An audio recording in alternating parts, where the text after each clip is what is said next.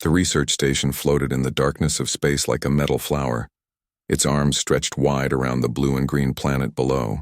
Inside the station, hundreds of people worked every day, studying the stars and the strange creatures that lived on distant worlds. Commander Victoria Hayes walked through the clean white hallways with tired eyes. She had not slept well in weeks. The xenobiology wing was always quiet in the morning hours. Dr. Patricia Moore stood outside one of the large viewing windows, holding a cup of coffee that had gone cold. She did not notice. Her attention was fixed on the creature inside the habitat, a massive wolf-like being that lay motionless in the far corner. The Varn was dying. Everyone on the station knew it. They just did not want to say the words out loud. Victoria stopped beside Patricia and looked through the glass. The creature's fur, which should have gleamed like silver moonlight, hung dull and matted against its body. Its amber eyes stared at nothing. The rise and fall of its breathing was so slight that sometimes Victoria wondered if it had already stopped. "Any change?" Victoria asked, though she already knew the answer. Patricia shook her head slowly. 3 months and 4 days. Not a single bite of food. The water intake is barely enough to keep it alive. She paused, her voice dropping lower. "We're watching it choose death, Commander. Day by day." Victoria had seen many things in her 20 years with the Galactic Coalition. She had witnessed wars between star systems and peace treaties that changed the shape of known space. She had walked on worlds where the sky burned purple and the ground sang beneath her feet.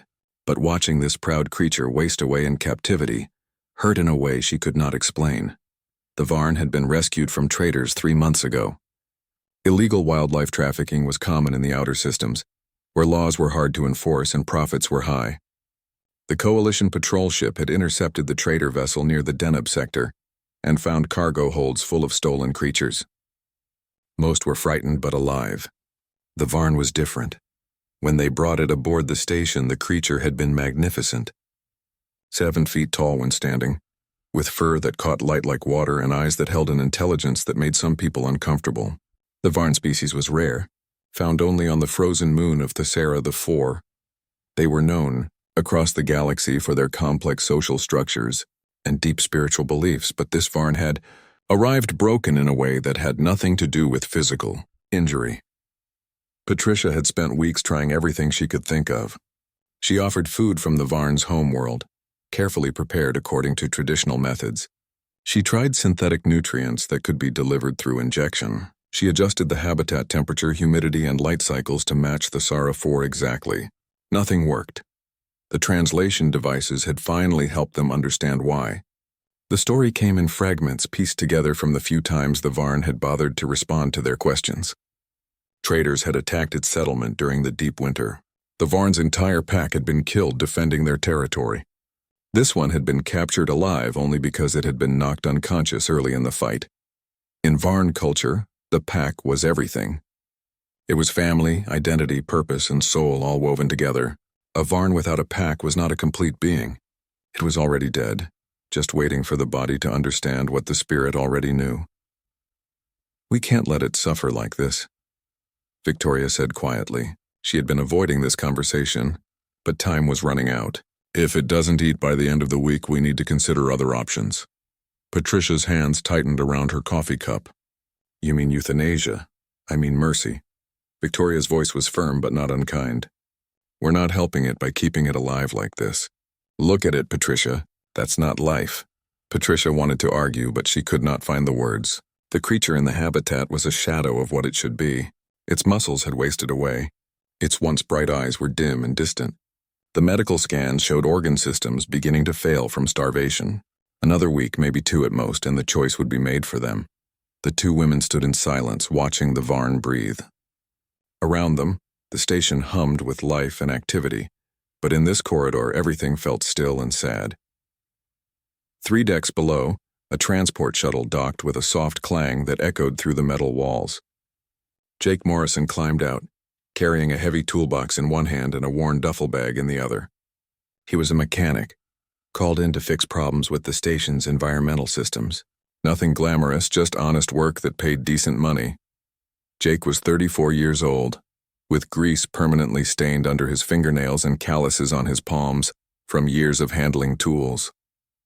He had brown hair that needed cutting, and eyes that had seen too much sadness for someone his age. He wore simple work clothes and boots that had been to a dozen different stations across the frontier. The station coordinator met him at the docking bay with a datapad full of repair orders. Heating coils malfunctioning in Section 7, air recyclers making strange noises in the crew quarters, a coolant leak in the science labs that nobody could track down, standard maintenance problems on a station this size. Jake nodded along, already planning his work schedule in his head. He had done this kind of job 100 times before. Fly in, fix the problems, collect payment, move on. It was a simple life, and that was exactly what he wanted. Simple meant you did not have to think too much. Simple meant you did not have to remember things you would rather forget.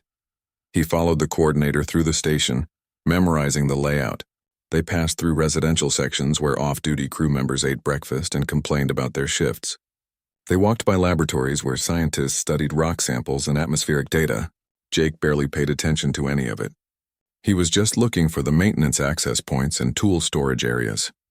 But as they cut through a corridor in the xenobiology wing, something made Jake stop walking.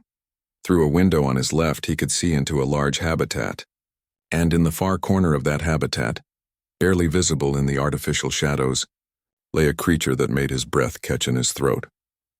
Jake had seen plenty of alien species in his years working the frontier stations. Some were strange beyond description. Others were beautiful in ways that human words could not capture. But this creature was different. Even lying motionless and half dead, it had a presence that filled the space around it. "What is that?" Jake asked, his voice rougher than he intended. The coordinator glanced at the window and his expression went sad. "That's a Varn, rescued from traders a few months back. Poor thing's been refusing food since it got here. The science team thinks it'll be dead within a week or two." Jake stared at the creature. He could see the outline of its ribs through its matted fur. He could see the emptiness in its eyes even from this distance. And something about that emptiness felt familiar in a way that made his chest ache. "Why won't it eat?" he asked. The coordinator shrugged. "Something about losing its pack. The Varn species are real particular about their social structures. This one lost everyone, and I guess it decided there's no point in going on." He checked his datapad. "Anyway, we should keep moving. Lots of work to get through." But Jake stayed at the window a moment longer. He looked at the dying creature and felt something he had not felt in a long time. Recognition. Not of the species or the situation, but of that look in its eyes. That look that said the world had taken too much and left nothing worth fighting for. Jake knew that look. He saw it in his own mirror every morning. Finally, he turned away and followed the coordinator down the hall. But even as he walked, even as he listened to descriptions of broken heating coils and faulty air filters, part of his mind stayed behind in that habitat, stayed with that creature that had given up on living. He told himself it was none of his business. He was just here to fix machines, not save dying aliens. But the image of those empty amber eyes stayed with him long after he started work in Section 7, pulling apart a malfunctioning heating unit while trying not to think about things that could not be fixed with tools and spare parts. Jake spent his first 3 days on the station buried in work. The heating system in Section 7 turned out to be worse than reported. Half the coils needed replacing, and the temperature regulation unit had a fault in its core processor. It was the kind of job that required patience and steady hands, both of which Jake had in abundance. He worked long hours, sometimes forgetting to stop for meals. It was easier that way. When his hands were busy and his mind was focused on circuits and coolant flows, he did not have time to think about other things. He did not have time to remember. But every time he moved between sections, he found himself taking the route that passed through the xenobiology wing. He told himself it was just convenient, the fastest path between where he was working and where he needed to go next. He did not admit even to himself that he was checking on the creature in the habitat. The Varn never moved from its corner. Sometimes its eyes were open, staring at nothing. Sometimes they were closed. Jake could not tell which was worse. On the 4th day, Jake finished the heating repairs ahead of schedule. He had 2 hours before he needed to start on the air recycler problem in the crew quarters. He bought a sandwich from the station cafeteria, something with processed meat and vegetables that all tasted vaguely the same, and wandered back toward the xenobiology wing. He found himself standing at the viewing window, eating his sandwich and looking at the Varn. The creature was awake, its amber eyes open but unfocused. Jake could see its breathing, shallow and slow. He wondered how much longer it would last. Without really thinking about it, Jake reached over and pressed the intercom button on the wall. The system was meant for researchers to communicate with test subjects, but there was no rule against contractors using it. "Hey," Jake said, then felt stupid. What was he supposed to say to a dying alien wolf? But he had already started, so he kept going. "I'm Jake. I'm fixing the heating system on this station. How that you care about that, I guess." The Varn did not react. Its eyes did not shift toward the window. It just kept staring at whatever it was seeing in its own mind. Jake took another bite of his sandwich. "This place has the worst coffee I've ever tasted," he continued, his voice casual like he was talking to an old friend. "I've been to stations all over the frontier, and I swear each one tries to make coffee worse than the last. It's like a competition nobody told me about." Still no response. Jake did not expect one. He just kept talking, describing his morning. The stubborn bolt that had taken him 20 minutes to remove, the way the temperature in Section 7 had jumped 15 degrees when he finally got the new coil installed properly. He talked about nothing important. Just the small details of his day.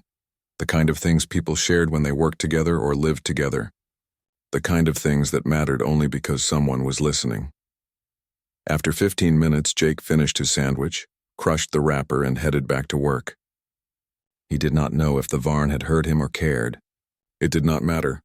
Talking had felt better than silence. The next day, Jake came back during his lunch break.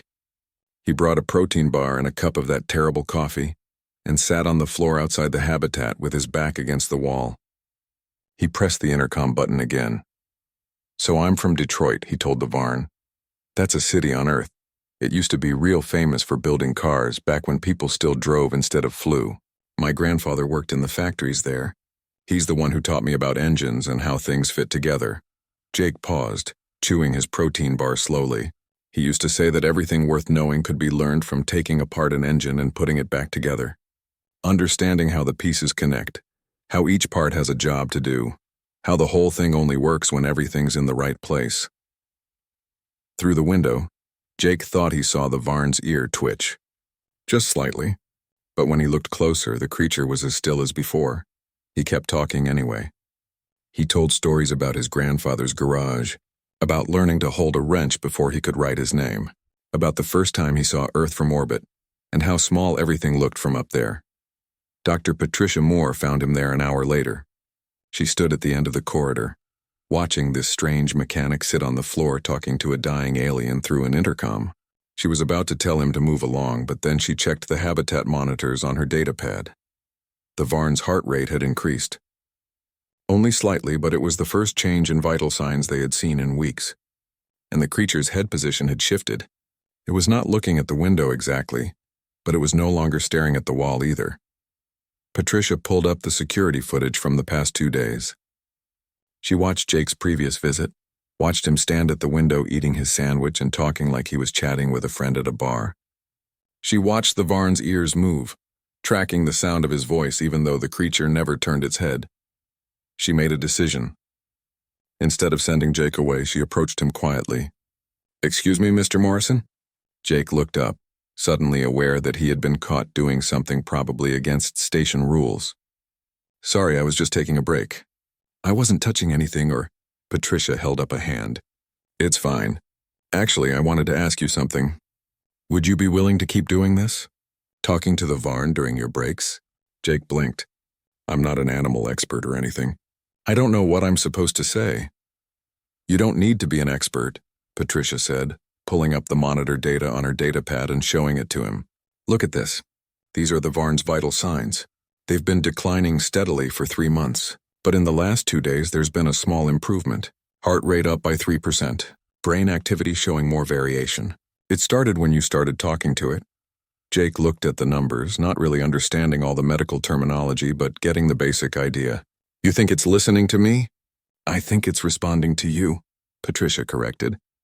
The Varn species are highly intelligent and deeply social. They understand language, emotion, connection. We've been treating it like a patient trying to fix its body. But maybe what it needs is something simpler. Maybe it just needs someone to talk to it like a person instead of a problem. Jake felt uncomfortable with this responsibility. He was just a mechanic.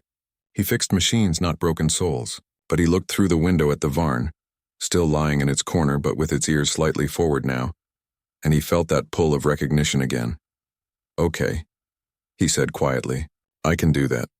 Over the next week, Jake's routine changed. He still did his repair work, but he organized his schedule around visiting the Varn. He came during his lunch break and again in the evening after his shift ended. He brought his meals and ate outside the habitat while talking through the intercom. He talked about everything and nothing.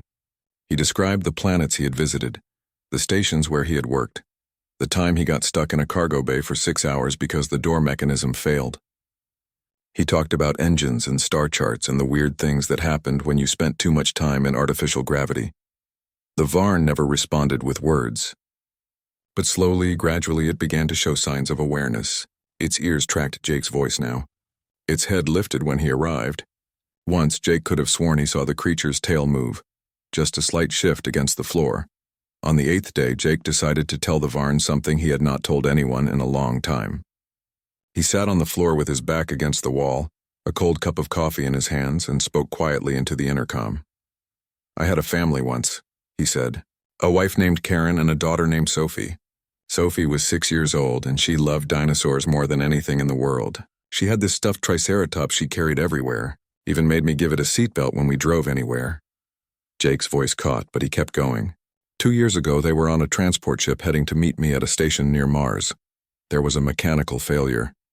Something with the stabilizers. The ship went into a spin and couldn't pull out before it hit the atmosphere. He stared at his coffee, watching his reflection ripple on the dark surface. "They died instantly. That's what they told me. Said they wouldn't have felt anything. I guess that's supposed to make it better. But it doesn't. Not really." Through the window, the Varn raised its head fully for the first time in months. Its amber eyes focused on Jake with an intensity that made him catch his breath. "I came out here to the frontier stations because I couldn't stay on Earth," Jake continued. "Everything there reminded me of them. Our apartment, the parks where we used to play, even the stupid grocery store where Sophie would always beg for candy at the checkout line. So I ran. I took jobs on the furthest stations I could find, places where nobody knew me and nobody asked questions." He finally looked up at the Varn. Their eyes met through the transparent barrier, and Jake felt something pass between them. Understanding, maybe, or just the recognition of one wounded soul seeing another. "I know what you're feeling," Jake said, his voice barely above a whisper. "I know what it's like when the world takes away everything that matters. When getting out of bed feels like climbing a mountain. When food tastes like nothing and sleep doesn't bring rest." The Varn stood up. It was a slow, painful movement, muscles weak from. The change in the Varn became the talk of the xenobiology department. Dr. Patricia Moore sent daily reports to Commander Victoria Hayes documenting the improvements. The creature was drinking water regularly now. Its vital signs had stabilized. Brain activity scans showed patterns consistent with awareness and engagement rather than the flat depression they had seen before. But the Varn still would not eat. Patricia tried everything she could think of.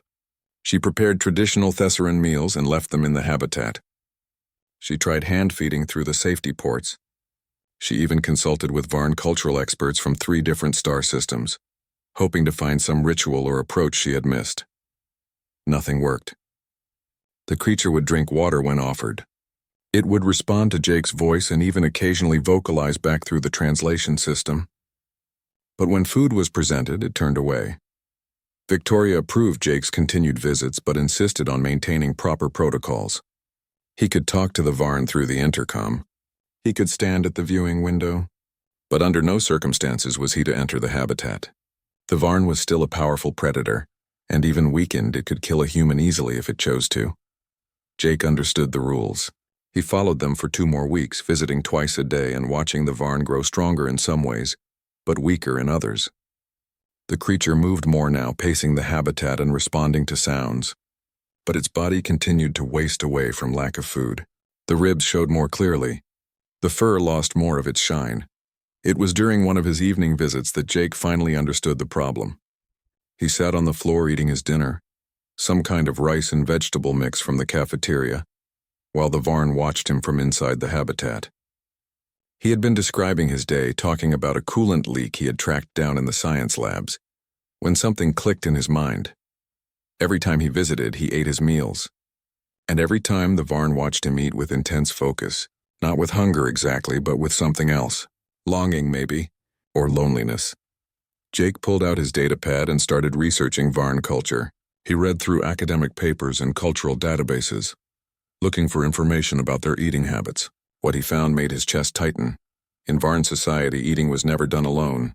Meals were communal events, sacred gatherings where the pack came together to share not just food but stories, decisions, and bonds. A Varn eating alone was like a human celebrating a birthday with no one to acknowledge it. The action lost all meaning without the social context. The station had been offering the Varn food, but they had been offering it in isolation. To the creature, that was not a meal. It was just survival, and survival without pack was pointless. Jake stood up and looked through the window at the Varn. The creature tilted its head, those amber eyes questioning. "I think I know what you need," Jake said into the intercom, "but they're not going to let me give it to you. Not officially, anyway." He made his decision quickly before he could talk himself out of it. Jake found Lisa Chen during the night shift. She was a junior technician who worked in the maintenance department. Someone Jake had shared a few coffee breaks with over the past weeks. She was young, barely 25, with bright eyes and a habit of bending rules when she thought the rules were stupid. "I need a favor," Jake told her, keeping his voice low even though the corridor was empty. "A big one. The kind that could get you in trouble." Lisa raised an eyebrow. "I'm listening. I need access codes to Habitat 7 in the Xenobiology wing.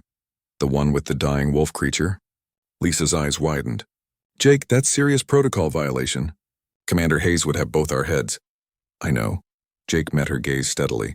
"But that creature is dying because everyone's so busy following protocols that nobody's seeing what it actually needs. I can help it. I know I can. But only if I can get inside." Lisa studied his face for a long moment. She had seen Jake around the station for weeks now, watched him become more alive and focused as he spent time with the Varn.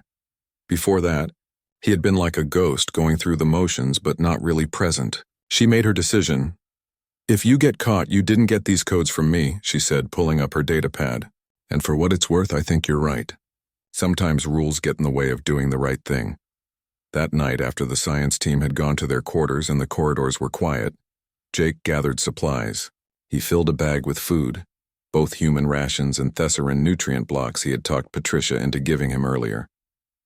He took a deep breath, whispered a prayer to whoever might be listening, and used Lisa's codes to unlock the habitat door. The security system triggered immediately. Silent alarms went off in Commander Hayes' quarters and at the security station. But Jake had maybe 5 minutes before anyone arrived. He stepped into the habitat, the door sealing behind him. The Varn stood at the far end of the enclosure, ears forward and alert. Its body tensed, muscles coiling. For a moment, Jake wondered if he had made a terrible mistake. The creature was massive up close, even weakened. Those claws could tear through his body before he had time to scream.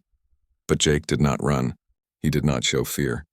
He simply walked to the center of the habitat, sat down cross-legged on the floor and began unpacking the food he had brought.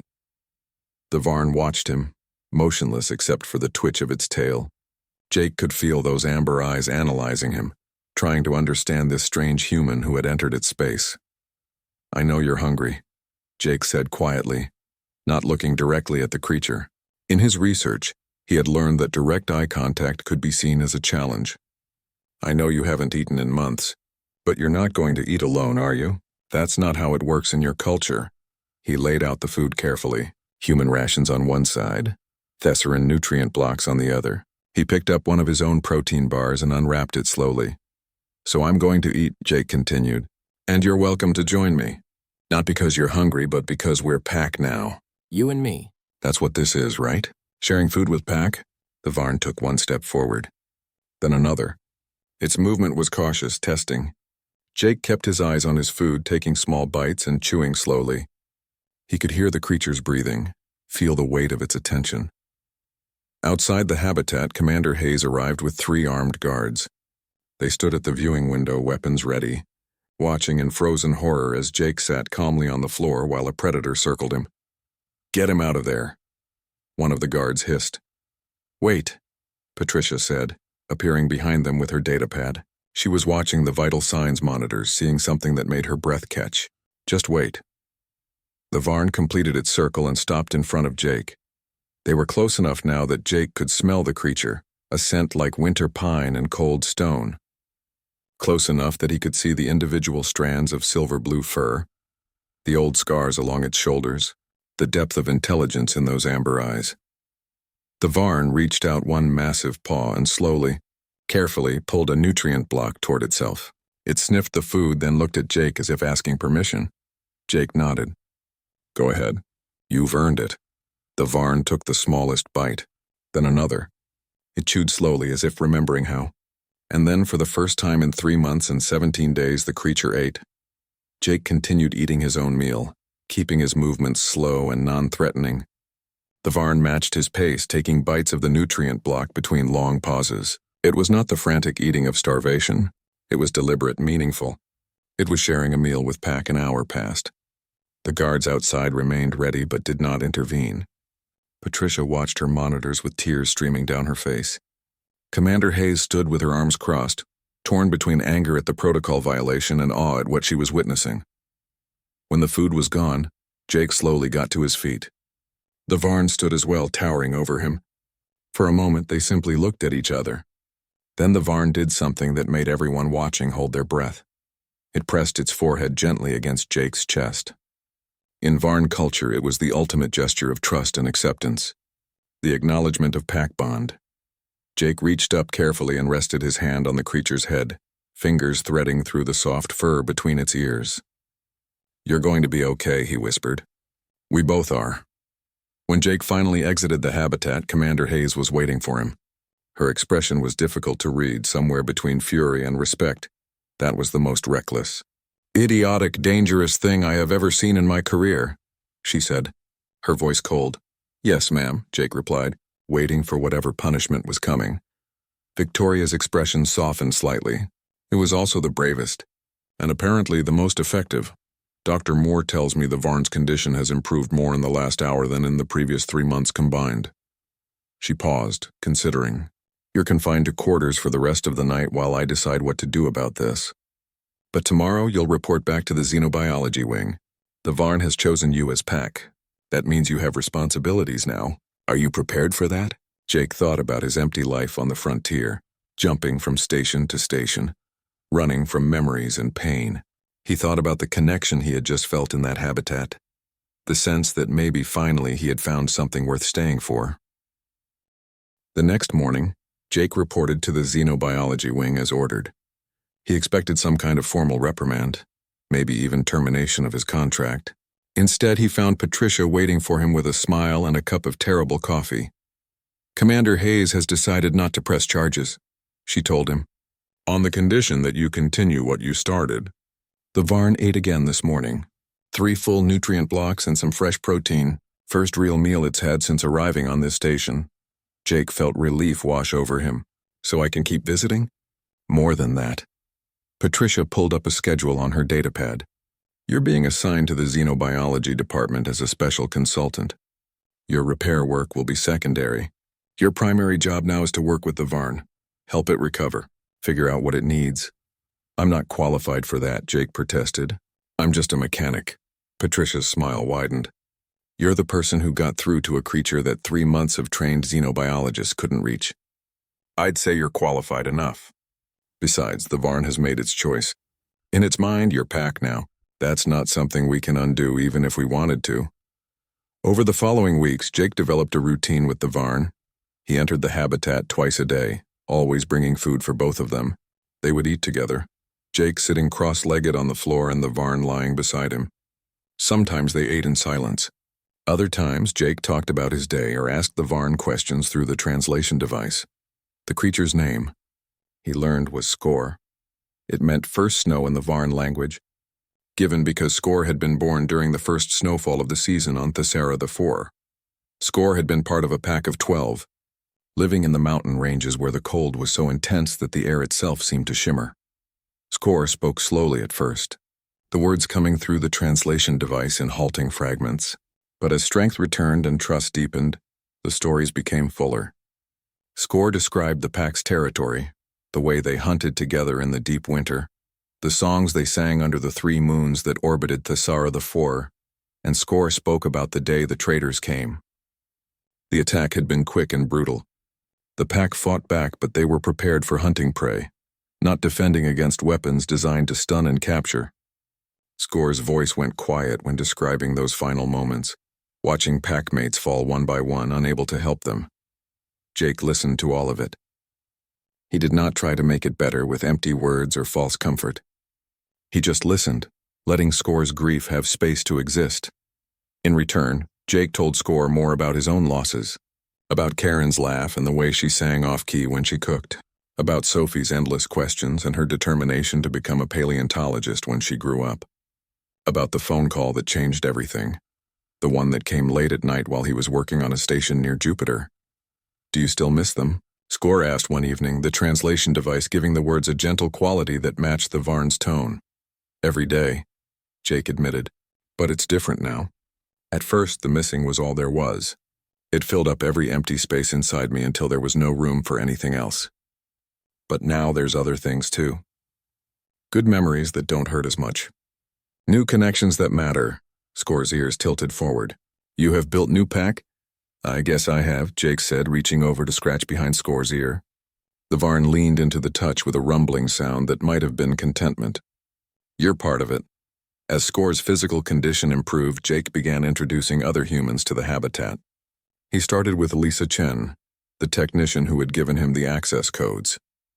Lisa was nervous at first, standing at the habitat entrance with wide eyes as Score watched her approach. "It's okay," Jake assured her. "Score knows you helped us. That matters to the Varn. Actions matter more than words in their culture." Lisa took small steps forward, following Jake's instructions to move calmly and avoid direct stares. When she was close enough, Score reached out one paw, placing it gently on her shoulder.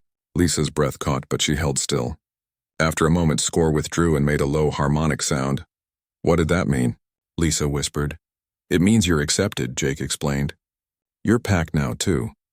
Over the next month, more people met Score. Patricia came often, finally able to conduct proper research now that the Varn was cooperative. Other scientists visited, asking questions about the Saren culture and biology. Even Commander Hayes made time for regular visits, though she maintained her professional distance. But the most important visitors were the crew members who had no scientific reason to be there. The cafeteria worker who always gave Jake extra food to share with Score. The maintenance staff who helped Jake install more comfortable bedding in the habitat. The communications officer who spent her breaks teaching Score human phrases and learning Varn songs in return. Slowly, carefully, a new kind of pack formed around Score. Not a replacement for what was lost, but something different. Something that crossed the boundaries of species and culture to create connections based on mutual care and respect. Jake noticed changes in himself too. He stopped taking every contract that would move him to a different station. When his original repair work was finished, he accepted a permanent position on the station, splitting his time between maintenance work and helping with Score's continued rehabilitation. He started making friends, real friends, not just work acquaintances. He began sleeping better at night. One evening, about 6 weeks after that first shared meal, Score asked Jake a question that stopped him cold. "Why do humans build packs so easily? Your species forms bonds and breaks them, reforms them with others, moves between groups. How do you not feel lost?" Jake thought about this for a long time before answering. "I think it's because humans understand that change is the only constant in life. We form families, friendships, communities. But we know these things will shift over time. People move away, relationships end, loved ones die. It hurts every time, but we've learned that the alternative is worse." "What is the alternative?" Score asked, refusing to connect at all. "Staying alone because we're afraid of losing people again. That's not living. That's just waiting to die." Jake looked at his friend, this massive wolf-like creature who had taught him as much about healing as he had taught it. Humans expand their hearts instead of replacing what's inside them. We make room for new love without erasing old love. That's how we survive loss without losing ourselves. Score was quiet for several minutes, processing this idea. Finally, the Varn stood and walked to the center of the habitat. It raised its head and began to sing. The sound was unlike anything Jake had ever heard. It started low, almost below the range of human hearing, then rose in complex harmonics that seemed to vibrate in his chest. The translation device could not capture the full meaning, but Jake understood anyway. It was a mourning song, a goodbye to the pack that was lost. But it was also a greeting, a welcome to the pack that had been found. Other station members heard the song through the corridors. They stopped their work and listened, drawn by something in that alien voice that spoke to universal truths about loss and hope, and the courage it takes to keep living after tragedy. When the song ended, Score turned back to Jake. I understand now. The old pack lives in memory. The new pack lives in present. Both are true. Both are real. Yeah, Jake said, his voice rough with emotion. That's exactly right. Patricia approached Jake later that night with news. Word of Score's recovery had spread through the Galactic Coalition networks. Other Varns, scattered survivors of pack losses across different systems, had begun reaching out. They wanted to know how Score had healed. They wanted to know if what worked for Score might work for them. There are 3 Varns we know of who have lost their packs in the last year, Patricia explained. They're all in similar conditions to what Score was when it arrived. Refusing food, withdrawing from life. Their caretakers are asking if we would accept them here. Jake looked through the viewing window at Score, who was eating dinner with Lisa and 2 other crew members who had become regular visitors. The habitat that once held a dying creature now held something like family. What do you think? Jake asked Score through the intercom. Score considered the question with that characteristic tilt of the head. Packless ones should not die alone. If they wish to come, we will teach them what you taught me, that hearts can expand, that new bonds do not erase old ones, that survival is not betrayal. Commander Hayes approved the request. The habitat was expanded, then expanded again as engineering crews worked to create more space. Additional staff were trained in Varn care and culture. And Jake, the mechanic who had just wanted to fix heating coils and move on, found himself at the center of something much larger than one creature's recovery. He was building a sanctuary, a place where the broken could heal, where the lost could find new purpose, where different species could learn from each other about the most important skill in the universe. The skill of refusing to give up on life, even when life had been cruel. 4 months after Jake Morrison first stepped onto the station, Score stood at full health for the first time since captivity. The creature's fur gleamed silver blue under the habitat lights, thick and lustrous. Muscles moved smooth and powerful beneath the coat. The amber eyes that had once been dull and empty now shone with intelligence and purpose. Dr. Patricia Moore ran her final medical scans and declared Score physically ready for whatever came next. That was when the difficult conversation began. Commander Victoria Hayes called a meeting in the conference room. Jake, Patricia, and several other senior staff gathered around the table, while Score listened through the communication system from the habitat. The question was simple but heavy with meaning. What happens now? The original plan had always been clear. Rescue creatures, rehabilitate them and return them to their home worlds when possible. Score came from Thesarath 4, and despite the chaos following the wildlife trafficking scandal, there were still Varn packs living in the mountain ranges. The Coalition could arrange transport within a week, but the situation had become complicated. We need to consider what's best for Score, Patricia said, pulling up reports on her datapad. Thesarath 4 is unstable right now. The surviving packs are scattered and defensive. They've lost members to traitors and are suspicious of outsiders. There's no guarantee any pack would accept Score. In traditional Varn culture, added Dr. Raymond Cole, a specialist in alien sociology, a packless individual attempting to join an established pack faces significant challenges. They must prove their worth, demonstrate their skills, and hope the pack decides they're worth integrating. Rejection is common, especially in times of stress.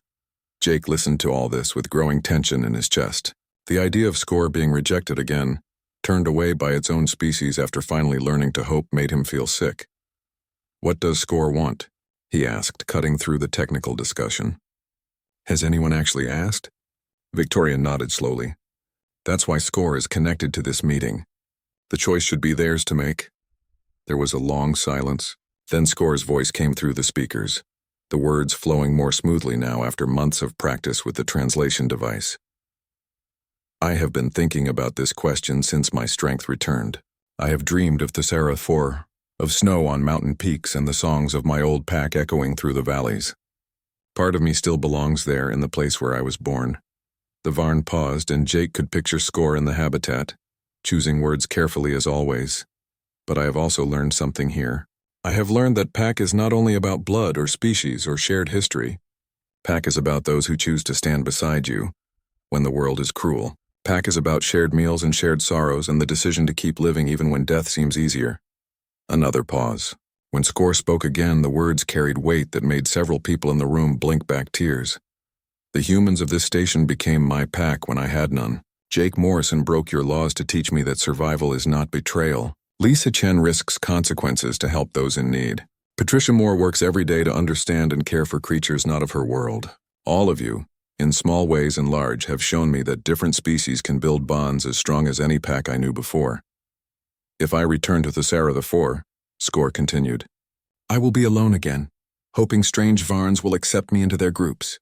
But here I am already accepted, already valued, already home. So I choose to stay if you will have me. The room stayed silent for a moment. Then Victoria spoke, her voice careful. Score, you understand what you're choosing? Staying here means living among humans permanently, never seeing your home world again, never being part of a traditional Varn pack. I understand, Score replied. But perhaps it is time for new traditions. Perhaps pack can mean more than we thought possible. Victoria looked around the table at her staff. She saw the hope in their faces, the connections that had formed between human and alien over these months. She thought about what this choice represented, not just for Score but for the larger questions of how different species could live together in an increasingly connected galaxy. Then we'll file the asylum request with the Galactic Coalition, she said finally. Score, you're officially a resident of this station, with all the rights and protections that come with that status.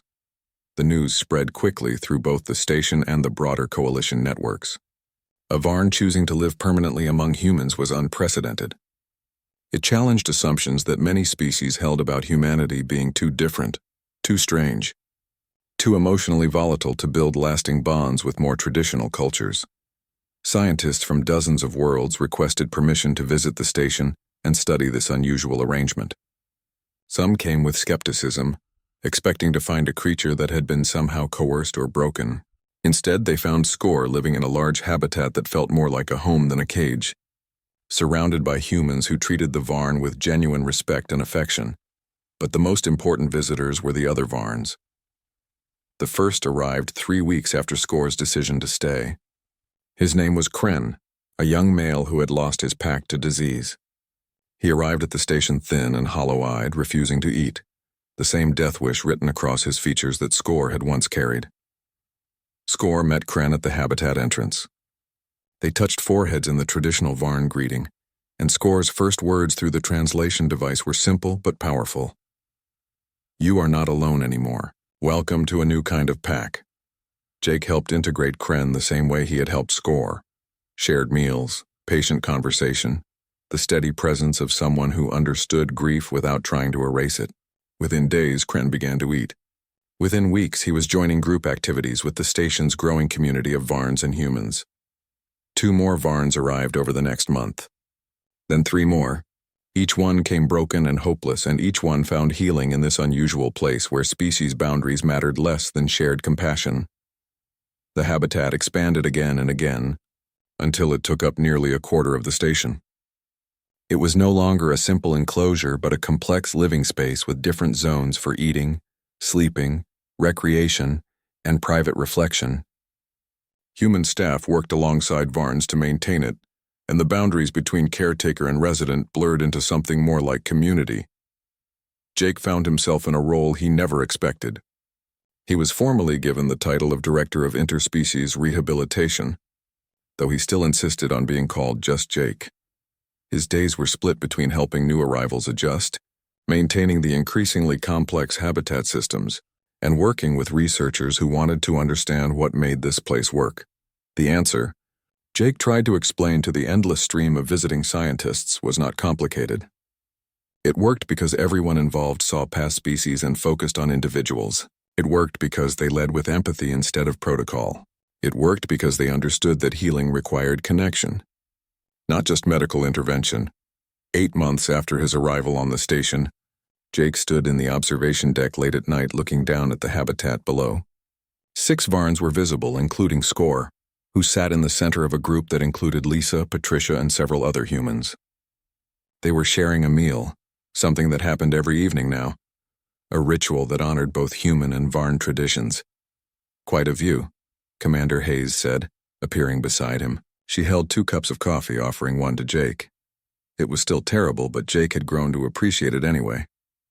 "I never expected this," Jake admitted. "When I took the repair contract, I was just trying to stay busy. Keep moving. Not think too much. And now? Now I think maybe I was supposed to end up here. Maybe Score and I were supposed to find each other." He sipped his coffee, watching Score's ears tilt forward as Lisa told some story that made the humans laugh. "We saved each other, really. I just got the credit because I broke in first," Victoria smiled. "You know what you've built here is changing how the galaxy sees humanity, right? For years we've been the new species, the ones that other cultures weren't sure about. Too emotional, too chaotic, too willing to break rules. But what you've done with these Varns shows something else." "What's that?" "That those qualities that make us seem unstable also make us uniquely suited for bridge building. We adapt quickly. We form connections across boundaries. We see individuals before we see categories. The galaxy has plenty of species that are good at maintaining traditions and following protocols. But humans might be the best at one thing that matters more than anyone realized." "What's that?" Jake asked. "Healing broken things, including each other."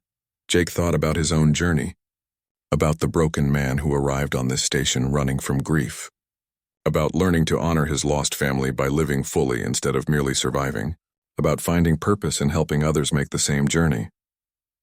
Down in the habitat, Score looked up at the observation deck. Even from this distance, Jake could feel those amber eyes find him. Score raised one paw in acknowledgement, a gesture that had become their private signal. "I see you. I know you. We are Peck." Jake raised his hand in return, smiling despite the tears on his face. More Varns would come to the station. Other species too, as word spread about this place where the lost could find new belonging. The work would